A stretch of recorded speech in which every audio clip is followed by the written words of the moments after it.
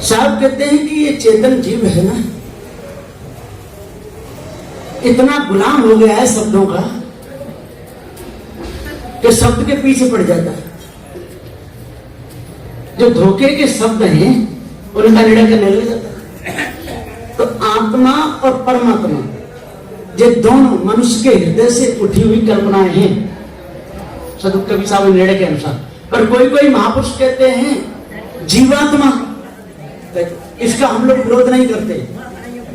संत समाज में यदि कोई जीवात्मा कह दे तो इसका विरोध नहीं है, पर खाली यदि आत्मा कहोगे तो ब्रह्म सिद्ध होता है। और परमात्मा जब आत्मा है तो परमात्मा, तो जब आत्मा ही नहीं है, मनुष्य की कल्पना है, तो परमात्मा सत्य कैसे हो सकता है? यदि परमात्मा किसी मनुष्य को कहा जाए, है ना, जो उपकार करे, किसी का लाभ, किसको लाभ पहुंचा दे, उसको क्या कहते हैं? परमात्मा, जिसके अंदर त्याग हो, है ना, उसको कहा गया। लेकिन जो ब्रह्म के जो पर्यायवाची जो शब्द किए गए कि जीव कहिए, शिव कहिए, परमात्मा कहिए, ब्रह्म कहिए, मिथ्या है, क्योंकि जीव वस्तु है और ब्रह्म आत्मा परमात्मा ये सब अवस्तु। तो वस्तु की उपमा यदि अवस्तु से दी जाए तो क्या ब्रह्म जीव का पर्यायवाची हो सकता है? नहीं हो सकता। तो जीव सत्य, आत्मा परमात्मा मिथ्या कल्पना। ऐसा है जैसे आत्मा और परमात्मा तीसरा पीयू है। जब तक आत्मा है वो खत्म हो गया पी। सुनिए जो, तो जैसे प्रथम नंबर में आत्मा है, हाँ। तो जब तक आत्मा सभी आत्मा, सबके अंदर आत्मा है, हाँ। और जब वही आत्मा पलट करके अपने में सही हो जाए, जब तक संसार में आसक्त है तब तक वो आत्मा है, और जब अनासक्त जीवन हो जाए तो वही परमात्मा तीसरा है, पीयू। तो उसको जनाने वाला कौन है? जैसे आप ऐसे महान पुरुष संत, तीसरा पीयू है, वो कौन है? हमारा गुरु है। मैं इस तरीके से जानना चाहता था। चलो ठीक है साहेब, समाधान हुआ कि नहीं ये बताओ पहले। हो गया? अब एक बार और सुनो। उनका हो गया।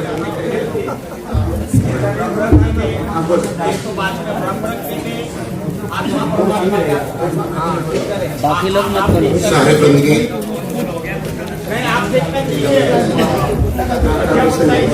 हाँ, रुको रुको रुको, अभी इधर ही आइए, उधर मत जाइए अभी, क्योंकि जो संत है अपना ही प्रेमी बड़े, इधर ही आ जाइए। हाँ, सुनो, आत्मा तीसरा लगा दिया, परमात्मा, और तीसरा कहिए शिव, पीर, है ना, ये सारे उसी की हैं। जो कल्पना जो उठी है ना ब्रह्म की, ये उसी की धाराएं हैं, उसमें भूलना नहीं, है ना। जैसे जीव आप हैं तो गुरु जी ने आपको पार ज्ञान कराया, किसका कराया? आत्मा का नहीं, आत्मा कराया। आत्मा घर में फंस जाओगे, आत्मा ब्रह्म को भी कहा जाता है ना। तो आप हैं चेतन जीव, और गुरु जी ने आपको शब्द के द्वारा बता दिया, शब्द गुरु उपदेश दीनो ते छाड़ो परम निदाना। जो आपने परम निदान अपने ऊपर मान रखा है ना, उसको छोड़ दो, है ना। तो जो पीव शिव जो कहा, किसको हम छोड़ दे? जो पीव शिव आत्मा परमात्मा, क्यों कहने वाले आप हो? जो गुरु जी ने उपदेश आपको दिया है, ये जो शब्द है, ये जो आत्मा शब्द है, शब्द, खाली शब्द, शब्द को छोड़ दे। हाँ, नहीं, शब्द को मैं छोड़, जो शब्द में जो कमी छिपी है, अच्छा, उसको निकाल। ये शब्द छोड़ना छोड़िए और चित्त दर्पण कर देगा। ठीक, समझ गए साहेब। साहेब बंदगी संत शिरोमणि श्री कबीर साहब को नतमस्तक बंदगी।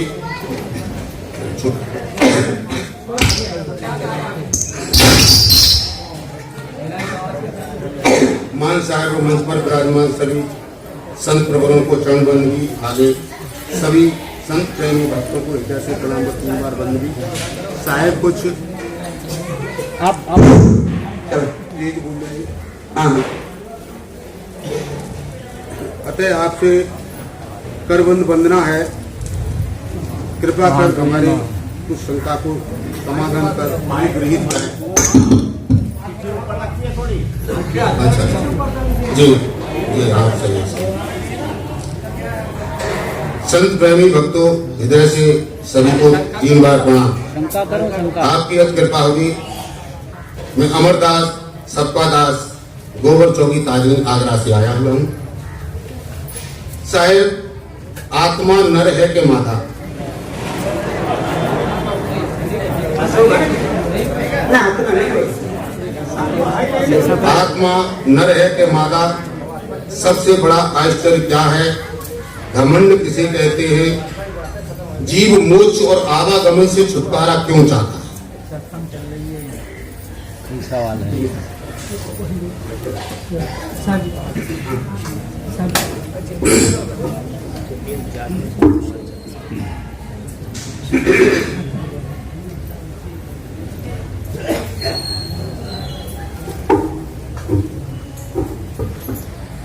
आत्मा शब्द की तरफ आपका संकेत है या आत्मा वस्तु की तरफ?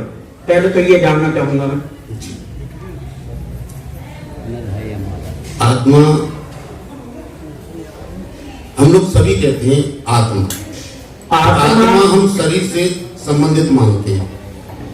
आत्मा शब्द सदगुरु कबीर ने भी रखा है, आत्म मार पसाण ही पूजे तिनमें किछोहु न ज्ञाना। इसलिए आत्मा जीव परक है। लेकिन यहाँ पर आपका स्त्रीलिंग पुल्लिंग में आत्मा केवल शब्द के ऊपर है या वस्तु स्थिति के ऊपर? प्रश्न यहाँ पर मैं पूछ रहा हूँ आपसे। अगर आप आत्मा शब्द को लेते हैं तो आत्मा सब स्त्रीलिंग है, लेकिन वस्तु परक अगर लेते हैं तो स्त्री है ना पुरुष है, दोनों नहीं। अगर वस्तु स्थिति पर लेते हैं तो ना वो स्त्री है और ना ही पुरुष है, लेकिन केवल शब्द के ऊपर लेते हैं तो आत्मा शब्द स्त्रीलिंग में है। दूसरा, पुनर्जन्म होता क्या है? पुनर्जन्म होता है एक शरीर से दूसरा शरीर धारण कर लेना, इसका नाम है पुनर्जन्म। अब इसमें विभिन्न शंकाएं हो सकती हैं आपको, लेकिन प्रश्न के आधार पर मैं इतना ही कहूंगा, क्योंकि प्रश्न का उत्तर उतने में ही होना जितने में प्रश्न है।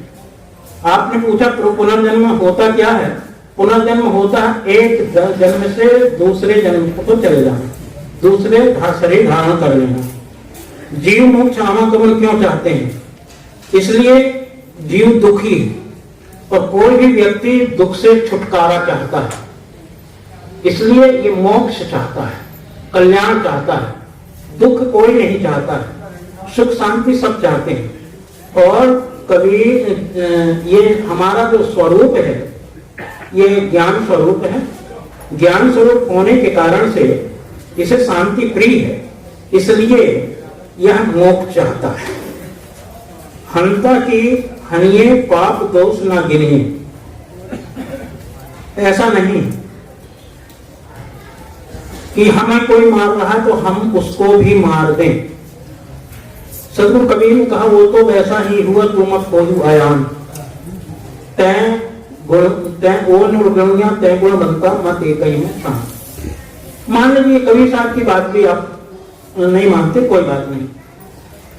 हो सकता है उसमें अभी तक आपको जो कह रहा है तो आपके पुनर्जन्म का कुछ बदला हो जिसके कारण से वो मार रहा है, तो अच्छा है, लाभ आपका कि पुनर्जन्म का जो बदला हो उसको खत्म हो गया। अगर नहीं भी है तो कर्म उसका बन रहा सामने वाले का, आप करें। इसलिए ये दोनों दृष्टि से ही उचित है कि आप उसे क्षमा करें। तीसरा, क्रोध करना चाहिए नहीं। क्रोध हमेशा दुख रूप है। क्रोध पहले हमको जलाता है तब बाद में दूसरे को, इसलिए क्रोध तो बिल्कुल करना ही नहीं चाहिए। हाँ, लेकिन क्रोध में अंतर होता है। क्रोध में अंतर ये होता है, एक क्रोध होता है ऊपर का दिखावा और एक क्रोध होता है अंतरात्मा से। जैसे कोई बच्चा आपका गलत काम कर रहा है या कोई शिष्य गुरु के समक्ष गलत काम कर रहा है तो गुरु उसे दंड देता है, क्रोध के आवेश में आकर के नहीं, बल्कि उसके सुधार के लिए। वह क्रोध नहीं है। जो क्रोध है पहले आपके शरीर में उत्तेजना पैदा करके तब क्रोध आता है, और तब आप उसको नीचा दिखाने के लिए या उसको हानि करने के लिए आप क्रोध करते हैं तो वो क्रोध है।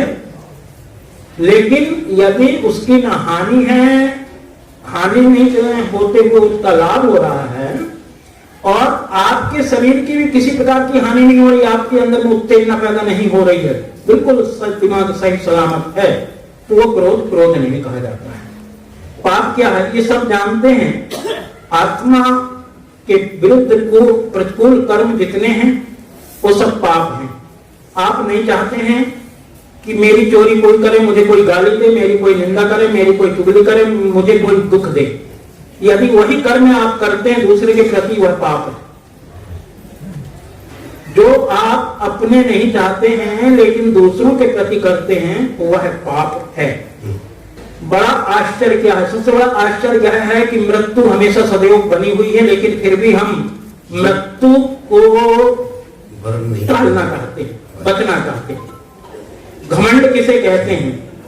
घमंड का तात्पर्य है एक प्रकार का प्रमाद।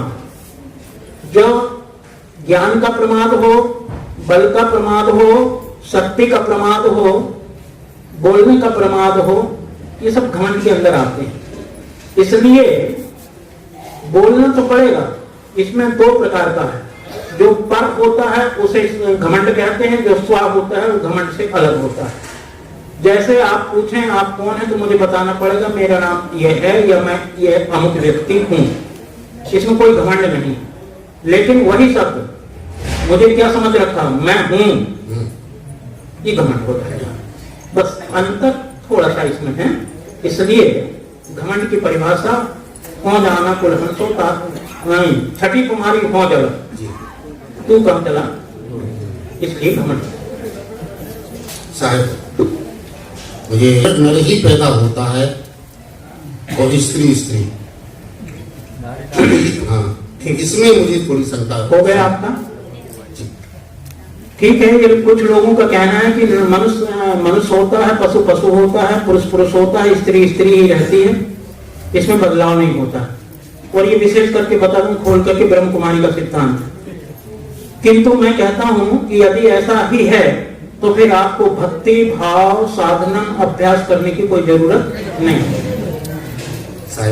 इसलिए सतगुरु कबीर ने कहा नारी रचनते पुरुषा पुरुष को रचनते नार, पुरुषा ही पुरुषा जो रचनते बिरले। इसलिए यह बिल्कुल गलत बात है कि पुरुष पुरुष ही रहेगा, स्त्री स्त्री ही रहेगी। ये परिवर्तन, इसमें तीन परिवर्तन है। थोड़ा समय 1 मिनट का समय लेना चाहूंगा आप लोगों से। 3 परिवर्तन। पहला परिवर्तन है देह का। देह परिवर्तन में आता है स्त्री से पुरुष और पुरुष से स्त्री, ये देह का परिवर्तन है। दूसरा परिवर्तन है खानी का परिवर्तन। खानी का परिवर्तन है मनुष्य से पशु पक्षी या पशु पक्षी से मनुष्य, ये खानी का परिवर्तन है। तीसरा परिवर्तन है योनिज और अयोनिज, जो मैंने कुछ देर पहले कहा था। जो माता पिता से पैदा होते हैं वो योनिज हैं, और जो कृमिकीट आदि गंदगी से पैदा हो जाते हैं वो अयोनिज है। ये 3 परिवर्तन होते हैं, और ये तीनों परिवर्तनों के लिए ही साधन अभ्यास और ज्ञान की आवश्यकता है। अगर ये परिवर्तन नहीं होते तो आवश्यकता किसी चीज की नहीं।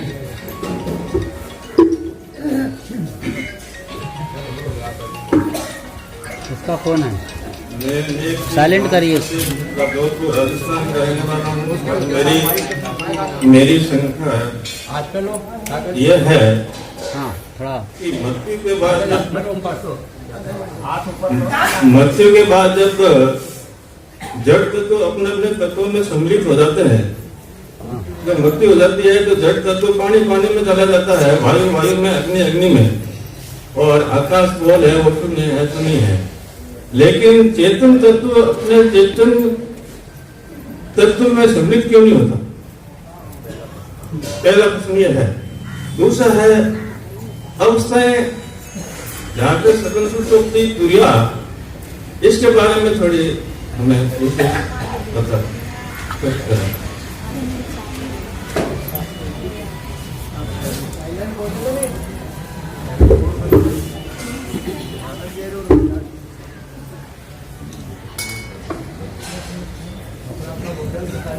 पृथ्वी के परमाणु जड़ है बिल्कुल, और अग्नि के, वायु के, ये भी जड़ है, ये सब जड़ है, और चेतन जीव चेतन अमर है ना। इसलिए जो ज्ञान स्वरूप है सारे के सारे जीव, वो पहले से अपने आप से कभी बिछुड़े ही नहीं, उसका ज्ञान कभी बिछुड़ा ही नहीं, सुबह से मिलेगा। जो भूला हुआ है अपने पद को, है ना, और वो यदि सुधार हो जाए तो वो तो स्वयं अपने आप है, उसमें अपने आप में समाने की जरूरत है ही नहीं।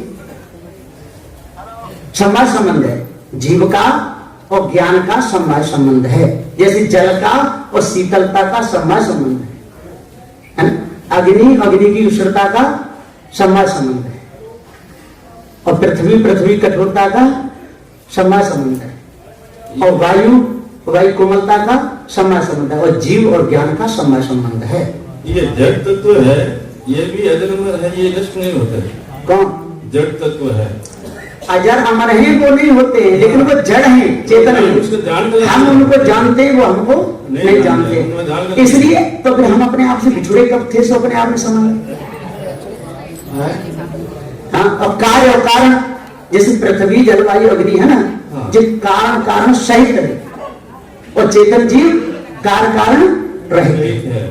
इसलिए वासना पर शरीर धारण करता है, और वासना मिट जाए अपने आप में है, खत्म है। दूसरा है अवस्थाओं के बारे में थोड़ा जानकारी प्रदान कीजिए। जागृत स्वप्न सुषुप्ति तुरिया और तुरिया जागृत स्वप्न सुषुप्ति तुरिया, ये तो शरीर की अवस्था है, शरीर की अवस्था हाँ, है, शरीर की अवस्था है। जैसे जागृत अभी आप कायम बैठे हैं, ये जागृत अवस्था है, जागृत अवस्था शरीर की अवस्था है। हाँ, और जनैया कौन है उसका, जागृत अवस्था का चेतन जीव है। तो आप जान भी रहे हैं कि मैं अभी जग रहा हूं, आप अभी जग रहे हैं, सो रहे हैं, सुनो इतना ही थे ना, आप अभी जग रहे हैं कि सो रहे हैं, और सोते समय हाँ आप सोते हैं कि जगते हैं, हाँ, और चेतन जीव सदा जगता ही जगता है, कभी सोता नहीं है। चेतन तो हमेशा एक रहता है। हाँ, और यदि आपको कोई पूछे आप कहां से आए हो, तो आप कहोगे अभी मैं आराम कर सो कर गया है, तो उसको आप जानते हैं कि नहीं सोया नहीं था, जग ही रहा था, ये भी आप जानते हैं। तो जागृत स्वप्न सुषुप्ति प्रिय ये अवस्था है, इनका जानने वाला कौन है, जीव है, इनसे अलग है। तो सुषुप्ति अवस्था में जागृत अवस्था कहाँ चली जाती है? सुषुप्ति अवस्था में जागृत अवस्था कहाँ चली जाती है? तो शरीर भी बता रहा हूं ना भाई, जीव भी नहीं, शरीर ही सुषुप्ति अवस्था में चला जाता है। हाँ, वो शरीर वो बताता है। आप बताते हो नहीं, आज मैं ऐसा सोया कि मुझे ध्यान नहीं रहा, तो कहीं कौन रहा है, जब ध्यान नहीं रहा तो चेतन कह रहा है, तब तो वो जग रहा है, तब कह रहा है। तो यदि वो नहीं होता तो कहता क्या, कहते आज मैं ऐसा सोया कि मुझे ध्यान ही नहीं रहा, ध्यान है तब तो कह रहा है। हाँ, वो तो कह रहा है, वो तो हाँ। एक रस मालूम, वो उससे प्रतीक होती है कि एक रस है ये। हाँ, तो चेतन रहता है, तीनों अवस्था, चारों पांचों अवस्था में चेतन रहता है। वो रहता है तब तो कह रहा है कि आज मैं ऐसा सोया तो पता नहीं रहा, और ये भी कहता है कि आज मैं सो ही नहीं पाया, पूरा चलता। तो ये नींद क्यों आती है? हाँ, जी इंद्रियों की शिथिलता है, शरीर की शिथिलता, थकान, इसकी नींद खत्म करो भाई। और जीव हमेशा जगता है, चाहे आपको लोहे की कुर्सी पे बैठा दो, चाहे चांदी की भी बैठा दो, चाहे सोने की भी बैठा दो, आप तो वही रहेंगे ना, कुर्सी में बदला हुआ।